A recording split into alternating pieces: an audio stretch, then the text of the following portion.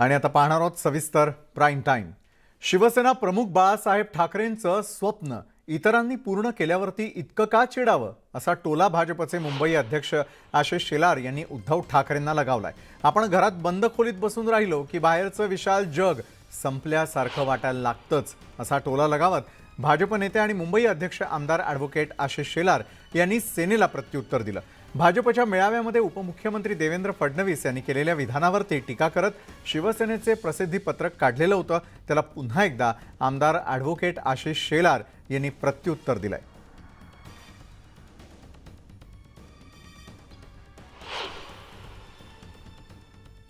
तर हिंदुत्वाचा ज्वलंत विचार जगणाऱ्या वंदनीय हिंदू हृदय सम्राट बाळासाहेब ठाकरे यांचं स्वप्न त्यांच्या माननीय सुपुत्रांना पूर्ण करण्यास नाही जमलं म्हणून त्यांना वंदनीय मानणाऱ्यांनी ते पूर्ण करू नये का? ते इतरांनी पूर्ण केलं म्हणून त्यांच्या मुलांनी एवढं चिडावं का? आपल्या वडिलांच्या विचारांनी झपाटून समाजातील लोक आयुष्य खर्च करून आपल्या वडिलांचं स्वप्न पूर्ण करतात याचा त्यांच्या सुपुत्रांना आनंदच व्हायला हवा ना। पेला अर्धा भरलाय असंही म्हणता येतं, पेला अर्धा रिकामा आहे असंही म्हणता येतं, फक्त भरलेला आहे म्हणायला मोठं मन लागतं।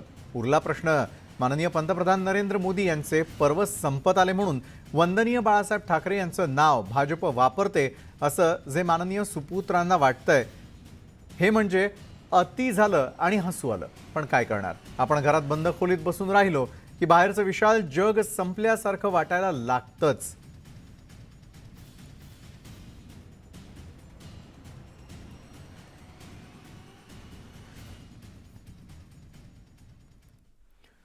देवेंद्र फडणवीस यांनी बाळासाहेबांच्या नावानं मतं मागणं म्हणजे मोदी पर्व संपत आल्याची नांदी आणि कबुली असल्याचा घणाघात शिवसेना पक्षप्रमुख उद्धव ठाकरेंनी केला। भाजपच्या धोरणानुसार वापर संपला की नवीन नाव शोधायचं आणि त्यांच्या नावानं मतं मागायची आणि सत्तेची तळी भरायची असा प्रकार असल्याचा टोला उद्धव ठाकरेंनी लगावलाय।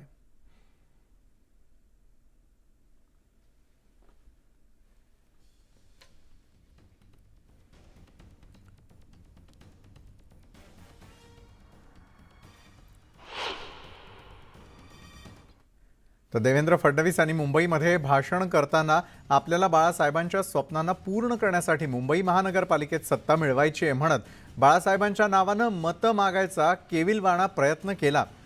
त्यांच्या याच वक्तव्यामुळे देवेंद्र फडणवीसांनी आता मोदींच्या नावानं मतं मागून उपयोग होणार नाही हेच एक प्रकारे अधोरेखित केलेलं आहे। मोदी पर्व संपल्याचीच ही नांदी आणि कबुली आहे। भाजपच्या धोरणानुसार वापर संपला की नवीन नाव शोधायचं आणि त्यांच्या नावानं मतं मागायची आणि आपली सत्तेची तळी भरायची असाच हा प्रकार आहे। तर या निमित्तानं भाजपचा खरा चेहरा देवेंद्र फडणवीस यांनी समोर आणलाय। महाराष्ट्रामधील जनता असताना मतपेटीतून याचं उत्तर देईल असा हल्लाबोल उद्धव ठाकरेंनी आज केला।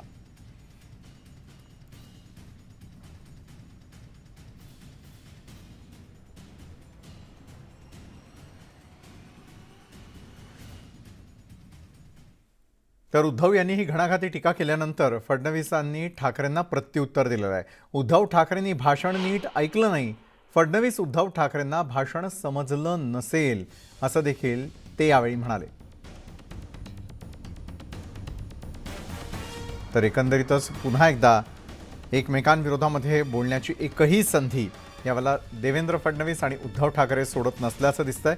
उद्धव ठाकरेंनी घणाघाती हल्ला केल्यानंतर मात्र देवेंद्र फडणवीस यांनी पुन्हा एकदा माझं भाषण ऐकावं, कळलं नसेल असा देखील थेटपणे उल्लेख केलेला आहे।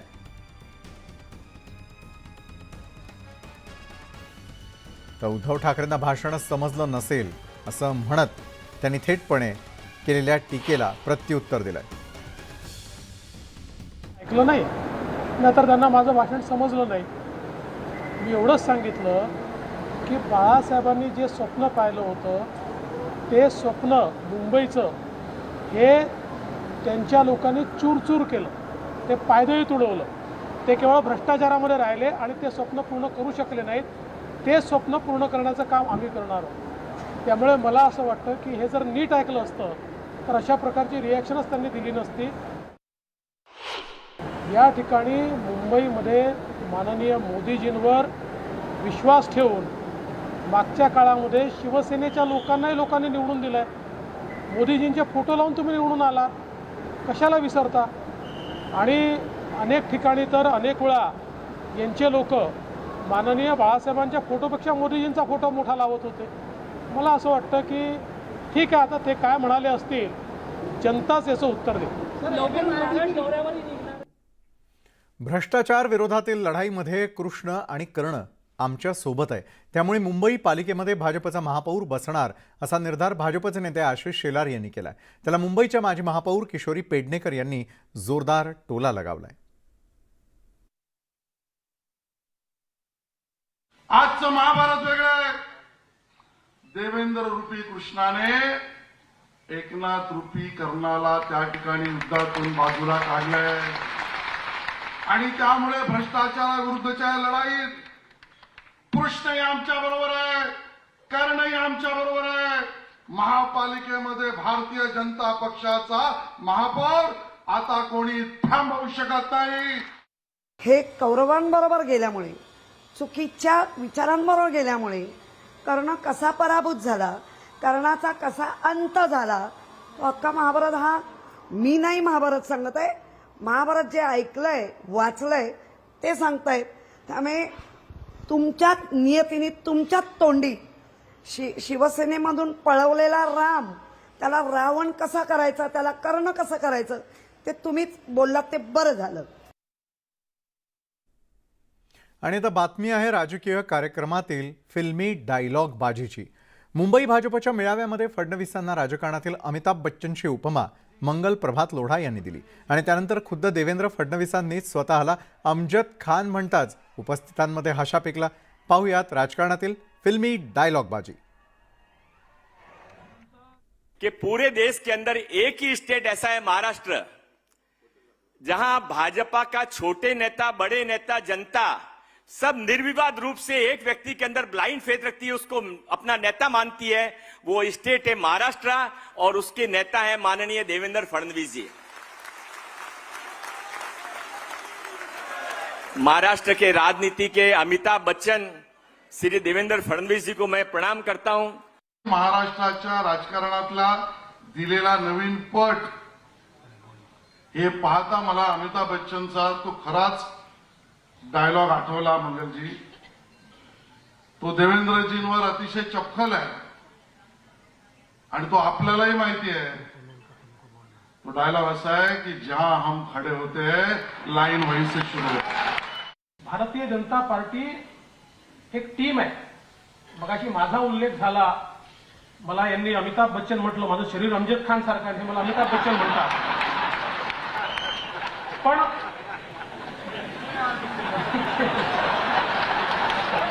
हे विचारू शकतो कितने आदमी थे.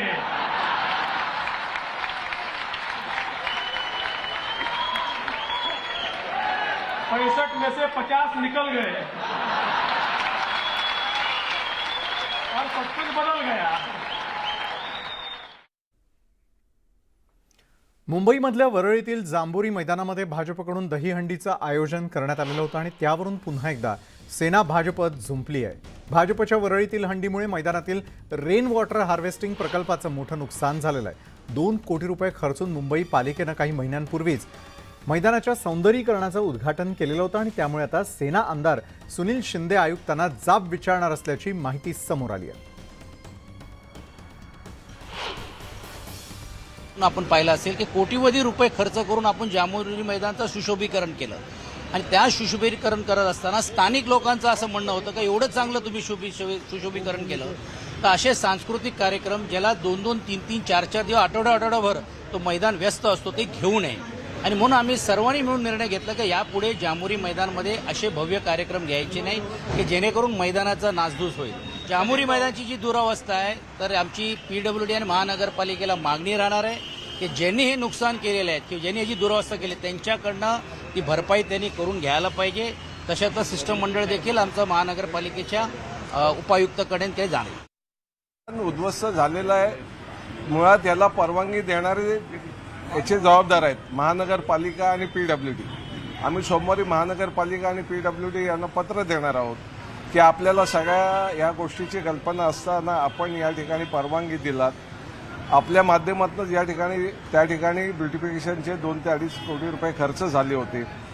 त्या ठिकाणी जी काही रेन हार्वेस्टिंगची यंत्रणा होती, अन्य काही सुविधा होत्या, त्या सगळ्या त्या ठिकाणी त्याची आता दुरावस्था झालेली आहे. बीडी चालचं रिडेव्हलपमेंट चालू आहे. काय गरज होती 3-4 करोड रुपये खर्च करायची? त्यांना टक्केवारी पाहिजे म्हणून हे सर्व काम केलेलं आहे आणि त्यांना माहिती आहे की सौंदर्यीकरणामध्ये काय काम केलं आहे, तर आपण पाहणी करावी. ह्या सर्व जेवढे काम सुरू केलेले त्यांना माहिती आहे. त्या ठिकाणी 22 महिन्याचा ट्रान्झिट कॅम्प येणार होता. मग काय गरज आहे त्यांना त्या ठिकाणी 2.5-3 कोटी खर्च करायची? सिर्फ फक्त आणि फक्त टक्केवारीचं काम केलेलं आहे सौंदर्यीकरणाच्या नावाने. उदय सामंत यांनी ठाकरे गटाला खुलं आव्हान दिलंय. पुण्यामध्ये ज्या ठिकाणी हल्ला झाला 15 दिवसात त्याच ठिकाणी सभा घेणार आहे. कुणात दम असेल तर केसाला धक्का लावून दाखवा असं थेट आव्हान उदय सामंत यांनी दिलंय. त्याचबरोबर सामंत यांनी विनायक राऊत यांचं नाव न घेता त्यांच्यावरही जोरदार टीका केली. त्यांनी आई वडिलांना शिव्या दिल्या. हे सगळं डोक्यात ठेवलंय आणि याचं उत्तर 2024 मध्ये देईन असंही ते म्हणाले.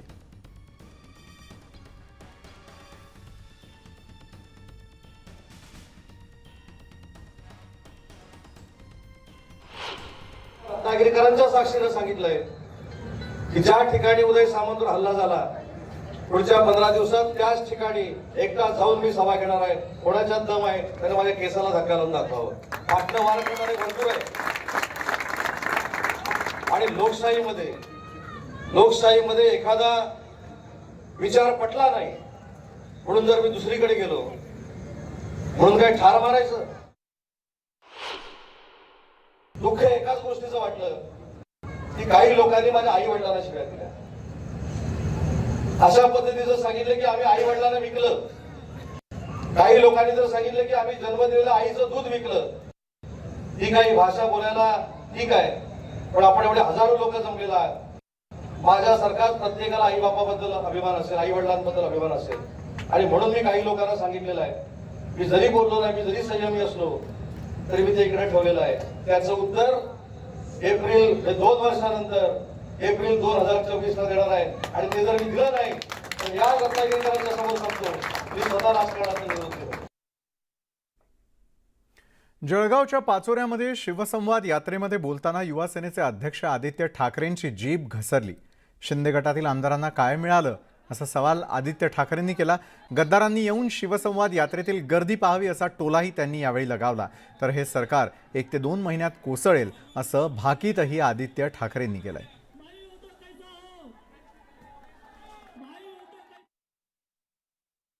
त्यांच्या बरोबर गेलेले आहेत.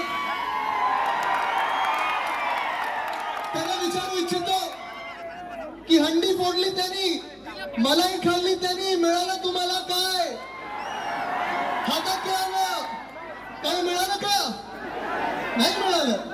प्रत्येकाला सांगून बसलेले की तुम्हाला मंत्री करतो, तुम्हाला मंत्री करतो, तुम्हाला मंत्री करतो. पण जे गद्दार तिथे गेले, ज्यांना वाटत होते मंत्री होतील, चांगली खाती मिळतील, काय मिळालं त्यांना? ते कपिल शर्माचे मध्ये शो होतो ना, बाबाजी का ठुल्लू. महाराष्ट्रामध्ये शेतकरी त्रस्त आहेत. महिलांचा आवाज कुठे ऐकला जात नाही. महिलांवर जे अन्याय होतात त्याच्यावर कोणी बोलत नाहीये. काल परवाकडे पण कुठचाही मंत्री काही उत्तर देऊ शकत नाहीये. आणि हे सगळं होत असताना जे राजकारणी लोक घाणेरडं राजकारण करत आहेत, तात्पुरतं सत्तामध्ये बसलेत. आणि तुम्ही लिहून घ्या, माझा शब्द आहे, तात्पुरतं सत्तेत बसलेत. कारण हे सरकार बेकायदेशीर आहे, घटनाबाह्य आहे, बेईमानांचं आहे. कोसळणार म्हणजे कोसळणारच, लिहून घ्या. राज्यभर दहीहंडीचा उत्सव उत्साहात पार पडल्यानंतर राज्य सरकारनं गोविंदांसंदर्भात केलेल्या एका घोषणेवरून वाद सुरू झालाय. गोविंदांना सरकारी नोकरीमध्ये आरक्षण देण्याची घोषणा मुख्यमंत्री एकनाथ शिंदेंनी केल्यानंतर माजी उपमुख्यमंत्री आणि विरोधी पक्षनेते अजित पवारांनी त्या घोषणेवर आक्षेप घेतलाय. मुख्यमंत्री झाल्यावरती असं भावनिक होऊन निर्णय घ्यायचे नसतात अशी टीका त्यांनी केली.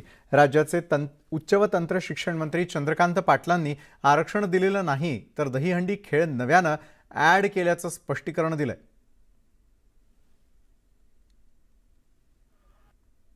एखाद्याचा पाय किंवा हात असं काही दिव्यांग त्याच्यामुळं दिव्यांगत्व आलं तर 5 लाख रुपये वगैरे हे आम्ही एक वेळेस समजू शकतो. पण एकदम अचानक त्याचं कुठं रेकॉर्ड नाही, त्याची कुठली माहिती नाही, त्यांचं कुठलं शिक्षणाची तुम्हाला माहिती नाही आणि असं असताना एकदम 5% तुम्ही घोषणा करता. त्या संदर्भामध्ये क्रीडा विभागाला विश्वासात घेतलं का? कुणालाही विश्वासात घेतलं नाही. आलं यांच्या मनात गेलं जाहीर, असं नसतं. ही लोकशाही आहे. ह्याच्यामध्ये काम करत असताना इथं महाराष्ट्रामध्ये 13 कोटी जनतेच्या बाबतीमध्ये त्या सगळ्यांना पण साधारण काय वाटतं ह्याचाही विचार करायचा असतो. एकूण खेळांच्या यादीमध्ये समजा असे खेळ 20 असतील, आता मला एक्झॅक्ट माहीत नाही, त्याच्यामध्ये 21वा खेळ जोडला गेला, बाकी काही झालेलं नाही. त्यामुळे हे आरक्षण नव्याने दिलं नाही आहे, तर ह्याला खेळाचा दर्जा देऊन त्या आरक्षणामध्ये जोडलं. त्याचा आठवडा करण्याचं काय? म्हणजे तुम्हाला स्पोर्ट्ससाठी मिळणाऱ्या 5% आरक्षणावर आक्षेप आहे का? नाही आहे तुमचा आक्षेप. तुम्हाला असं वाटतं की यांना ॲडिशनल 5% दिलं, तर ॲडिशनल 5% दिलं नाही, देता येत नाही. त्यामुळे खेळाच्या 20, 22, 25 जे काही खेळांची यादी आहे त्याच्यामध्ये एक खेळ जोडला गेला, मग तो अजूनही कुठला जोडला जाऊ शकतो. मुंबईवरती 26/11 सारखा हल्ला पुन्हा करण्याची धमकी देणाऱ्याला पोलिसांनी ताब्यात घेतलंय. विरारमध्ये पोलिसांनी ही कारवाई केली. ट्रॅफिक पोलिसांच्या कंट्रोल रूममधील व्हॉट्सॲप नंबरवरती धमकीचा मेसेज आल्यानंतर एकच खळबळ उडाली होती.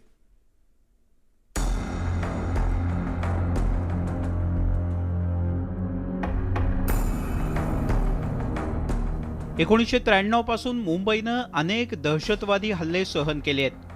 बॉम्बस्फोट आणि मुंबईवरचा हल्ला नागरिक अद्यापही विसरलेले नाहीत. फक्त शहरच नव्हे तर इथल्या लोकलमध्ये सुद्धा बॉम्बस्फोट घडवण्यात आले. त्यामुळे धमकीचा मेसेज मिळाल्यानंतर पोलिसांनी हाय अलर्ट जारी केला. या प्रकरणी विरारमधून एकाला ताब्यात घेण्यात आलं. ट्रॅफिक पोलिसांच्या कंट्रोल रूममधल्या व्हॉट्सॲप नंबरवर या हल्ल्याची धमकी देण्यात आली. मुबारक हो, मुंबई में हमला होने वाला है. 26/11 की नई ताज़ा याद दिलाएगा. मुंबई को उड़ाने की तैयारी कर रहे हैं. मैं पाकिस्तान से, आपके कुछ इंडियन मेरे साथ है जो मुंबई को उड़वाना चाहते हैं. ये वो बंदे हैं जो मेरे साथ हेल्प करेंगे. मुंबई उड़ाने की पूरी तैयारी है. टाइम कुछ ही बाकी है, कभी भी कर सकते हैं. 26/11 तो आपको याद होगा. उदयपुर जैसा भी कांड हो सकता है. सर तन से जुदा. या मेसेजमध्ये 6 दहशतवादी भारतात पोहोचल्याचाही दावा करण्यात आला होता. हम पूरी तरह से उसकी जांच करने जुटे हुए हैं. क्राइम ब्रांच की 3 टीम्स इसमें लगी हुई है. हम एटीएस के साथ, महाराष्ट्र के एटीएस के साथ भी काम कर रहे हैं, बाकी एजेंसीज से साथ काम कर रहे हैं. मुंबईवर हल्ला करण्याची धमकी देणारे मेसेजेस अनेकदा पोलीस किंवा तपास यंत्रणांच्याकडे येतात. चौकशीच्या अंती बहुतेक मेसेज हे माथे फिरूंच्याकडून आल्याचं स्पष्ट होतं. तरी देखील प्रत्येक मेसेजची तपासणी यंत्रणांच्याकडून अतिशय कसून केली जाते. जनता को मैं आश्वस्त करना चाहता हूं कि मुंबई और मुंबईकरों को सुरक्षित रखने में हम पूरे तरह से जुटे हुए हैं और कामयाब भी निश्चित तरह से होंगे. रायगडमधील श्रीवर्धनच्या समुद्र किनाऱ्यावर बोट सापडल्याच्या पार्श्वभूमीवर धमकीच्या मेसेजची गांभीर्यानं दखल घेण्यात आली आहे. पोलिसांनी या प्रकरणी एकाला ताब्यात घेतल्यानं सगळ्यांनी सुटकेचा निश्वास सोडलाय. Bureau report, news 18 Lokmat. Krishna विसर्जनाकरिता छोट्या नावेमध्ये क्षमतेपेक्षा जास्त लोकांना घेऊन जाताना मोठी दुर्घटना वैनगंगा नदीत घडली. नावाड्यानं आपल्या छोट्या बोटीमध्ये 6 लोकांना घेऊन जाणं चांगलंच महागात पडलं. नदी पात्राच्या मधोमध ही बोट आल्यानंतर अचानकपणे उलटली आणि नावेतले 6 जण गटांगळ्या खाऊ लागले. आणि यावेळी आसपास असलेल्या दुसऱ्या बोटींमधील लोकांनी तत्काळ हालचाल करत आणि पाण्यामध्ये सूर मारत या बुडणाऱ्यांना मदतीचा हात दिला. त्यामुळे गोकुळाष्टमीला मोठा अनर्थ टळला. भंडारा जिल्ह्याच्या खमारीबुटी गावात हा सर्व प्रकार घडला.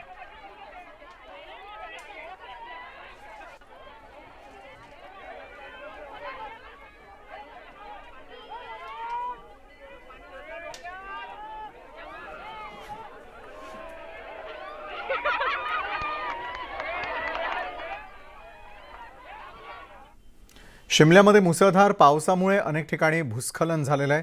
शिमल्यामधील RTO जवळ मुख्य रस्त्यावरती भेगा पडल्यानं वाहतुकीला अडथळा निर्माण झाला. तर हिमाचलच्या कांगडा जिल्ह्यामध्ये मुसळधार पाऊस कोसळतोय. कांगडा जिल्ह्यामधील चक्की नदीवरती असलेला रेल्वेचा पूल पुरामुळे वाहून गेलेला आहे. तर जम्मूच्या रियासी जिल्ह्यातील कटरा शहरातील वैष्णोदेवी मंदिराजवळ अचानकपणे पूर आला. मुसळधार पावसाच्या पार्श्वभूमीवर कटरा इथून वैष्णोदेवी मंदिराकडे यात्रेकरूंना जाण्यास बंदी घालण्यात आली. तर उत्तराखंड राज्यालाही पावसानं चांगलंच झोडपून काढलंय. मुसळधार पावसामुळे डेहराडूनमधील टपकेश्वर महादेव मंदिराजवळ महापुरासारखी परिस्थिती निर्माण झाली आहे.